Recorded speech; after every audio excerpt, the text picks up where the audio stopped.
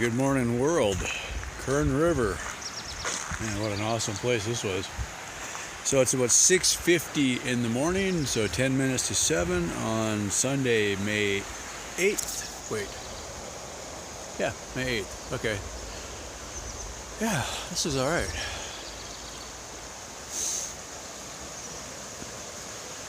It was just the perfect amount of white noise is what it was last night. I mean, I didn't really even think about it as running water. I could just hear it. It almost sounded like a fan was running or something like that. It was wonderful.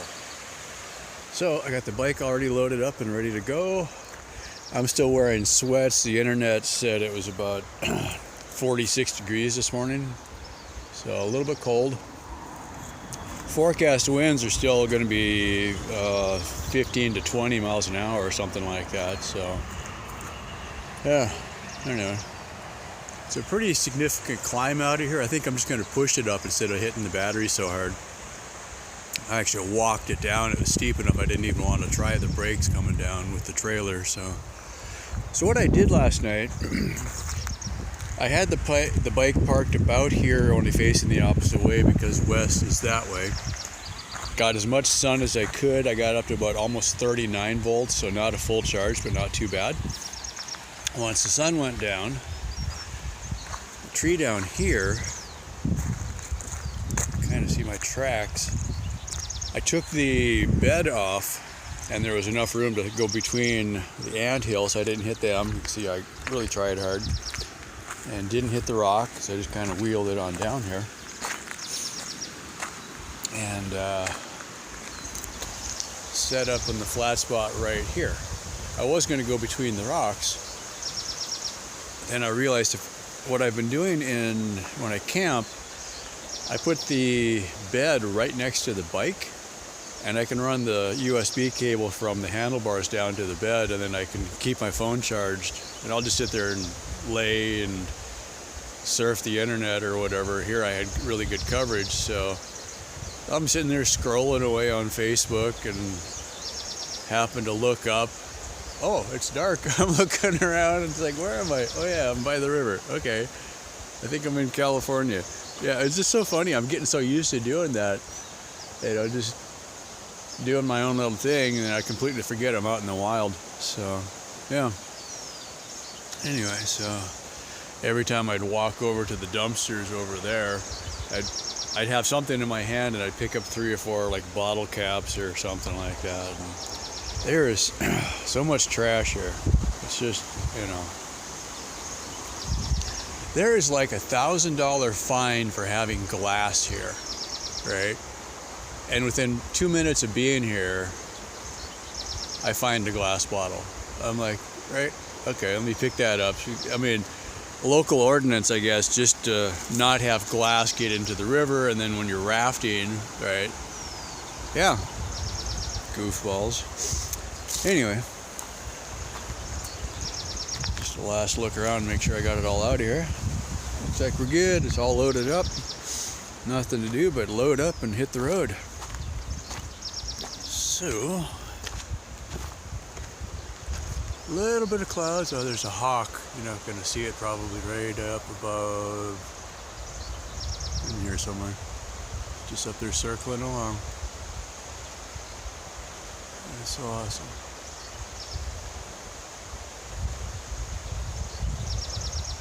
Yesterday, this was funny. I was sitting on the rock waiting for, I think I had already edited the video and I was waiting for it to finish uploading or something like that. So I'm just sitting there enjoying the last of the sun and everything.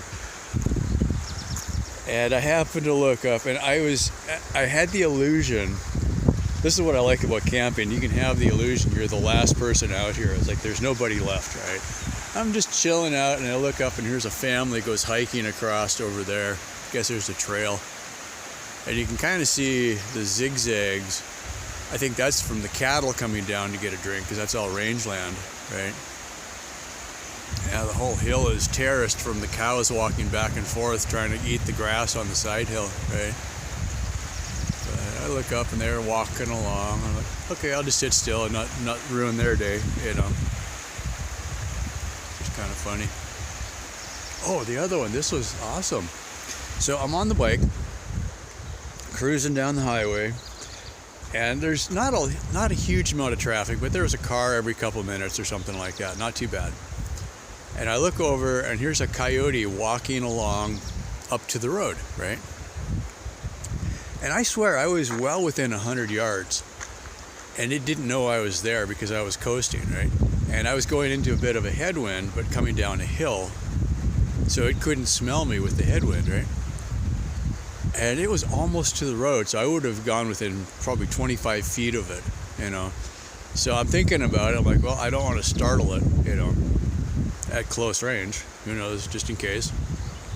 So I kind of whistle, and all of a sudden it just stops and it looks at me, and it was just gone in a flash. I mean, if there would have been a cartoon, it would have been a puff of smoke. It got behind a bush as it was running, and then it just completely disappeared. As I rode past the bush, I looked, and it was nowhere to be seen, so it was just gone. But I'm like, normally coyotes, I mean, the traffic noise probably threw it off a little bit, right? But it had no idea it was there. I was there, you know. So, kind of cool. Cruise along quietly, and you never know what you're going to see. Yeah. Alright, enough story time. The wind is already kicking up. Yeah, it's going to be a headwind today again. But we should have good sun, so we'll just do our best. I think we're within 20 miles of Bakersfield. I think we're even closer than that, so I forget. It doesn't really matter. Get in, get through, get out, hit a Walmart, stock up on some food again. Yeah, now that I'm in civilization, I don't need to have quite as much stuff. So I'll probably lighten the load a little bit. Yeah, this is mostly working good. I think the hose clamps were a good addition. I pointed those out on yesterday's video, but it was so loud with the wind I didn't even bother trying to say it. But what had happened, here's where the tire, or the pipe, flopped over and hit the edge of the tire, and I don't see any wear on the tire, which is crazy. So these must be pretty solid tires, pretty hard. They're not solid, I mean they're inflatable. But it actually wore all the way through the pipe in that one spot there. Yeah, and I have scuffed up the panel a little bit. It doesn't look like it did any damage. It's still working, so I was lucky not to have that happen for too much longer. But what was happening is the wind was just blowing it over, and I just had the parachute cord tying it to the frame, and it wasn't enough. So now I got the pipe between the panel and the tire, and these guys, that'll be completely fine. It'll probably last another 10,000 miles like that. Oops. So that's good. And the structural, I mean, there's no framework, it's just the panel, but this is helping to hold this up in place. So it's making this more rigid. So that's actually working out okay. Since the panel itself doesn't weigh very much, no sense adding extra bracing if we don't need to. Huh. Anyway, three of these are extra pipes that I had left over. I figured I'd save them if I needed it for something. They don't weigh that much. Eventually I might just throw them away, but yeah, okay. Quick look at the setup. The bed seems to be riding pretty good back there. Oh, we're just starting to get sun now. This wasn't on a minute ago, so 38.7. Sun isn't up, but it's starting to get sun over the hill, so I'll turn these on now. Beep, beep. Solar light. That's my last remaining light. I keep breaking flashlights and stuff, and all the solar lights I had on the other trailer all broke off. So that's working good. That's the one my dad gave me years ago. One of those things that just works. Yeah, I've still got a whole 18 pack of Cliff Bars I haven't eaten yet, so I think I'll buy a smaller package. Gallon of water I got from the last campsite where I was patching tires. They had a spigot, so I filled up my gallon. I haven't even tasted that. I'm not sure if it's any good to drink, but I do have other water, so I might use that just for washing and stuff. Alright, tires. got to remember, I always forget this, try to check your tires before you load everything. Because now it's all loaded, I can't get to the tools as easy. That's the one thing I really would like to try to fix somehow. That's the trick, I'm not sure yet. Figure out where I can put the tools that I can get to them easier instead of, but it's like the tools are heavy, so I put them down low and then put everything on top, so I end up unloading a bunch of stuff to get to the tools. Not quite ideal, but it is what it is. That was what I liked about the last trailer, is I had a spot for everything. So that's just, it's in a way it's better because it's enclosed, so I can just stuff things back there and they don't usually fall out. But I can't get to the thing on the bottom without digging. So yeah, anyway, now I've experienced both. This is still just tied on with parachute cord. Yeah, now that I've experienced both kinds of trailers, I can kind of think about it and maybe do something somewhere in between. Yeah. All right, get going. And 7 o'clock.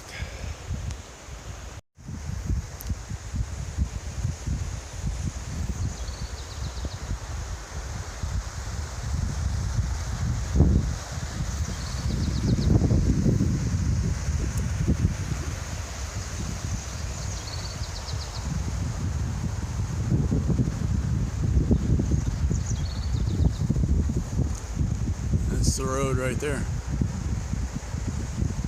Really didn't even hear it last night.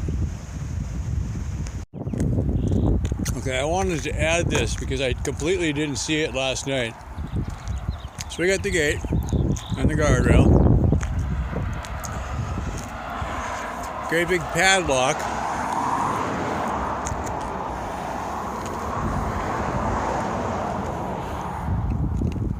You can tell there hasn't been much traffic this year. Anyway, so I go under the gate. Not a big deal. The trailer cleared it just fine. I just had to tip the bike over a little bit.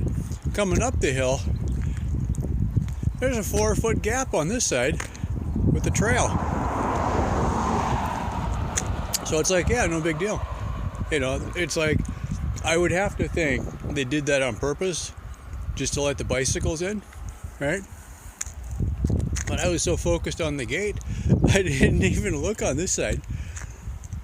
So yeah, just slow down, take a minute, see what's going on. Anyway, the sun is close. You can see the sun over there already. So the river's going down, but I think we got a couple rolling up and down still. I mean, you can see what the terrain looks like here. It's been like that the whole way from Isabella.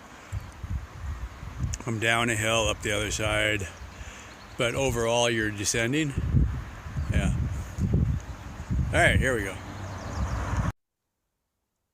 Okay, I've gone about a mile. Sun is definitely up, but it just went behind a cloud. I saw this turnoff. I'm like, okay, let me stop and put the panels in the sun, and then the cloud. It's a little one, it'll be okay. So I just wanted to get a shot of this while we're here, so. Okay, not this so much. One lone tree in a parking lot. Let's put your boots on it. Good thinking, guys. Yeah, anyway. Yeah, this is awesome out here.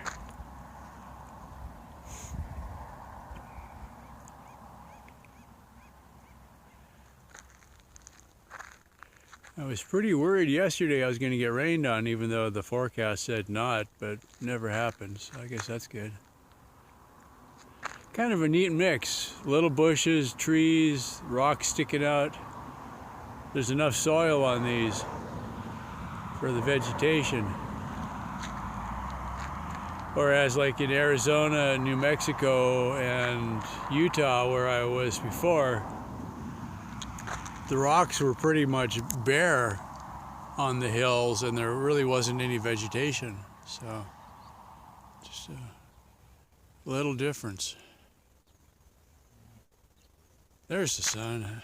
Yay. Okay, nothing unusual here except for the cow. This is rangeland. We just crossed a cattle guard, and there was a story in Washington State up around Lake Chelan, I think. People driving their minivan. Randomly, a cow falls off the cliff right over the road, eating that last bit of grass, hits the minivan right in the front. Yeah, you can't make that kind of stuff up. About 5 miles from camp now. A little bit of climbing, but mostly dropping. The problem is I'm in the shadow side, so I'm not getting any solar yet. Haven't got very much anyway. But at least I'm not using a whole lot of batteries. That's nice. So I gotta say, they're probably not rafting. That's why that rest area was closed, I guess. There is no way you would want to raft through here. No. Wouldn't that be spectacular with another 20 feet of water, though? Wow.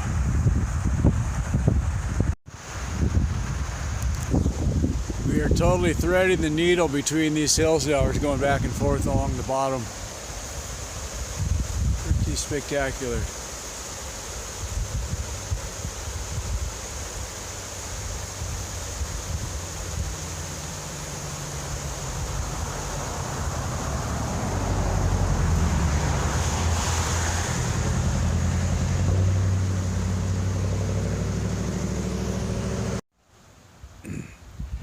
Gotta remember when you park, if there is sun, try to get yourself pointed towards it. So getting about 1 amp, not a huge amount, but I'm not going to stay long enough for it to charge. I just wanted to stop and grab something to eat, so dug around in the bag, got me a Snickers from yesterday. Yeah, that's pretty nice.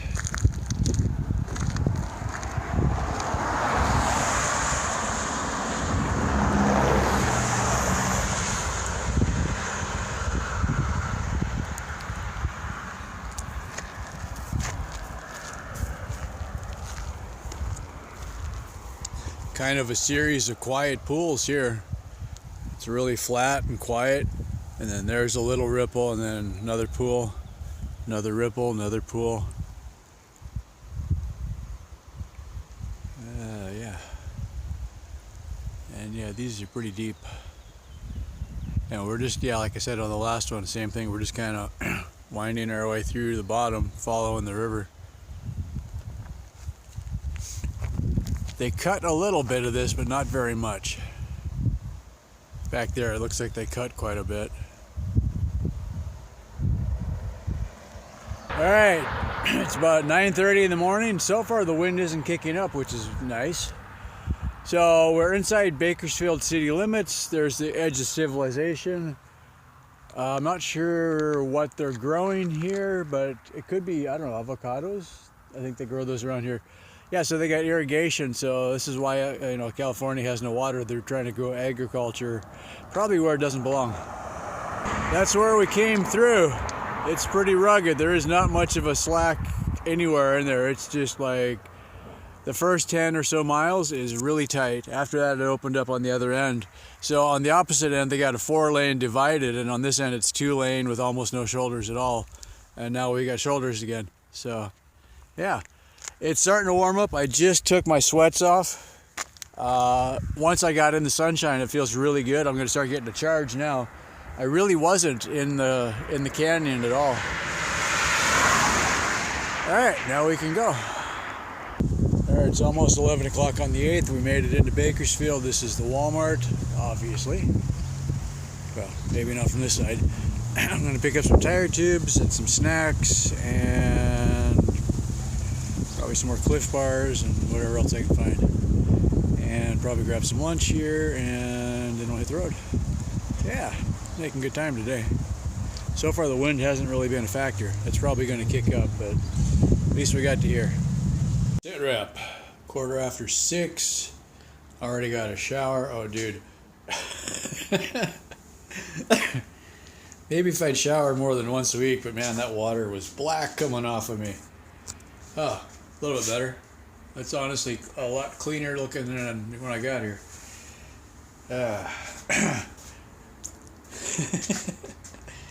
World traveler mode here. 2 packages of wet wipes. Oh, this is hilarious. Okay, so the Huggies, vitamin E and aloe, perfect for, scraping road grime off and whatnot. I find a whole package of these on the side of the road. I was very careful when I opened it. I was like, man, you never know what's going to be inside one, but they were like brand new. It's like, okay, take that. And some hikers gave me the other ones. Yeah, I guess they're too heavy for those guys. So the bike sitting outside. It was in this spot, and then I realized the car next to me was shadowing me. It's like, that's not good. I'm not going to get a full charge today, which is weird. I mean, I pulled the batteries down pretty hard the last 10 miles just trying to get to here. Wasn't super windy, but I was just getting tired. 57 miles today. So it was a pretty good day considering, okay, I didn't have a full charge overnight last night, but it was close. But then the first 2 hours coming down the hill, which shouldn't have been too bad, but it was rolling, so you go down and up, down and up, down and up. And I was completely in the shadow of the hill because I was coming out through the canyon along the Kern River. And almost all of it was in the shadow side. So the sun was up, but it wasn't high enough to get down to me at the bottom of the canyon. So I burned a lot of battery there, and it wasn't fully charged. And then coming through Bakersfield, cities always really hit your batteries hard because it's like, if I'm out in the open, I could run level 2 and pedal and not really use too much power. But when I'm trying to mix it up with traffic, I end up going level 3 to get a little more speed. And then you're pulling 15 amps, and on a good day, the solar's only bringing in 3. So you're just constantly pulling, stop and go, stop and go. Same reason, you don't get good mileage in town on your car. So also of note or whatever, when I, this feels good to sit down. When I mounted the side solar panel with the hose clamps, now it's not quite as easy to undo it, which is good, but it's really solid. But I can't, just like before, it was just tied with the parachute cord. So I could just untie it really quick and pop it up, which worked really good. So when I was parked in the evening, I could get a lot more charge quickly. And I'm just not getting that now. So basically I'm only getting the side panel, which is not the good one, instead of the top panel plus the side panel. All right, okay. So when I was at the Walmart today, I had to go down the bike aisle. Oh, here's a Bakersfield story for you. Well, a few people are picking up on the fact that Bakersfield probably isn't a really good place to be. At least some parts. I rode through a really nice section of town, so I was like, oh wow, maybe it's come around, And then to get out of Bakersfield, they had the big sign on the freeway, no pedestrians, bikes must exit. Okay, so then you end up going all the way through actual town, and yeah, it was just not a kind of place you'd want to spend a lot of time if you could help it. So, but I'm at the Walmart, which was it seemed like a nice part of town, and I was just laughing because it's like you get into the bike area and I can't find the tubes, and I'm looking around and here's all of the tire tubes in a locked case. What is your theft problem if you're actually locking up your tire tubes, right? I mean, the last time I was at a Walmart, I think I got a phone charger, right? Phone chargers and phone charger cables are in a locked case, but not tire tubes. I was just like, really? I was like, wow. Yeah, this is not a good sign. I made a joke to the little girl that came with the keys, and she thought that was kind of funny. I'm like, that's just, wow, yeah. I'm going to leave the bike out as long as I can, get as much charge as I can, I got specific permission from the front desk to bring the bike in. She's like, oh yeah, that's fine. So I told her the story about the first motel, the lady just freaking out. She's like, really? I'm being extra careful after that happened. I'm like, man. In fact, 2 motels that I've had permission to bring it in, I still didn't want to bring it in. I was nervous, but I'm like, well, since I'm close to Bakersfield and somebody will steal my tire tubes. They won't steal the tires, they'll just steal the tubes. Yeah. So we'll bring it in. I cleared a spot. This trailer I can disconnect really easily, so that's what we're gonna do.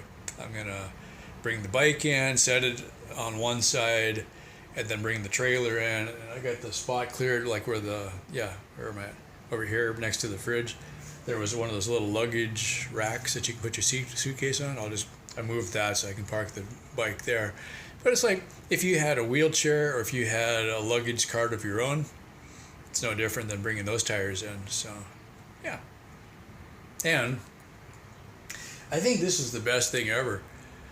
Because hotels always had cheap carpet, because they'd have to replace them all the time. These things, these hardwood floors, I guess I don't know how expensive they are. I always hear people talk about, oh, be careful of the hardwood floors.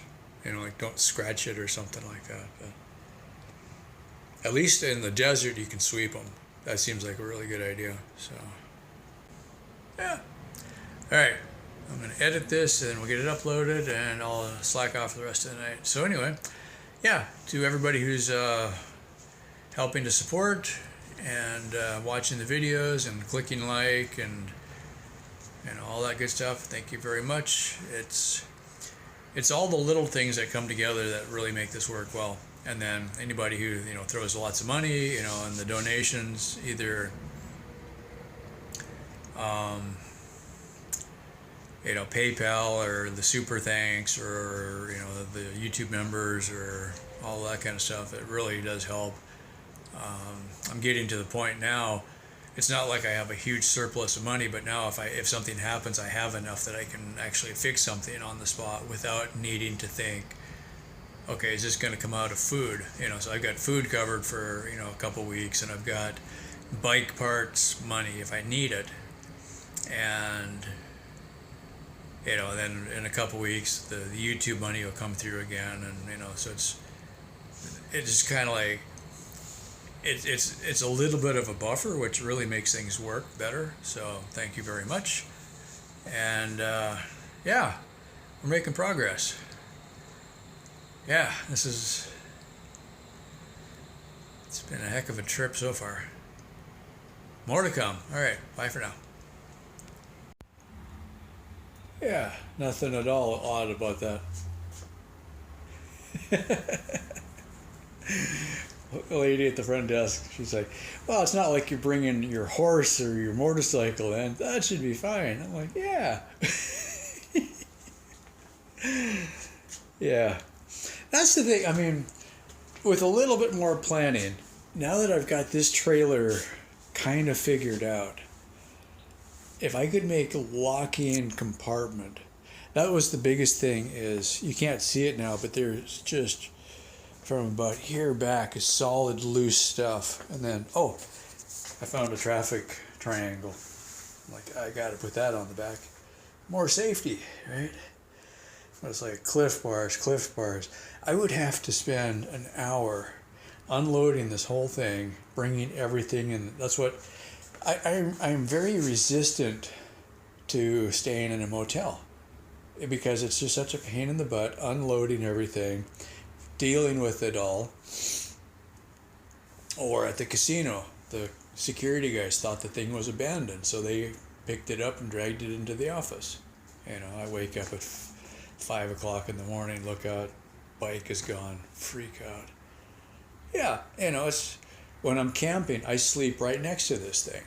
It's like maybe somebody could sneak up and steal it, but it's pretty close to me. So it just seems weird to leave. I mean, if it was a car, it weighs 4,000 pounds, somebody can't just pick it up and run, right? And in my mind, thinking about it, I think the difference is most people don't look at this as a high-ticket item, so stealing a bicycle is no big deal. This is my horse. In Texas, it used to be, you get the death penalty for messing with somebody's horse. Because you steal my horse out in the middle of the Badlands, I could die walking to town, right? So you don't steal somebody's horse. This is my horse. This is like my car, but it's easy to pick up and throw in the back of the truck, right? And I'm 1,000 miles from home, so yeah, that's kind of the difference, I guess. But the average crackhead would be like, oh, I'll steal the bike. They wouldn't even care if it's electric. They just, ooh, I got a bike to get home on, you know. So even if I lock the bike, all of the other gear that's on it, I can't lock it, right? So, and that was really the same as on the motorcycle trip too, when I had the KLR up in Alaska. Well, in Alaska it was different because everybody had a KLR up there, and you know, all your stuff bungeed on the back of the bike looked completely natural out there. You drive it into civilization and all of a sudden you're like, man, everybody at the Burger King is walking by looking at all the stuff they could just yank off the bike, and you know, you'd come back, it looked like vultures had picked it clean or something like that. So you're kind of caught in between.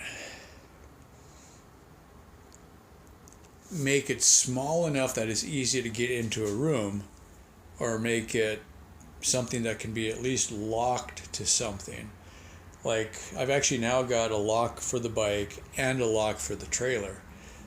So if I could lock it to a fence, at least they couldn't steal the whole thing. But then, you know, it's like all of these bags, they're just bungees and zippers, right? So it's just too easy to grab individual parts. I guess I should stand that up one way or the other. I am going to make a mess of their floor. Anyway, for anybody thinking of bicycle touring, civilization seems to be the hard part. Camping is really easy. Yeah, go figure. All right, that's it for now.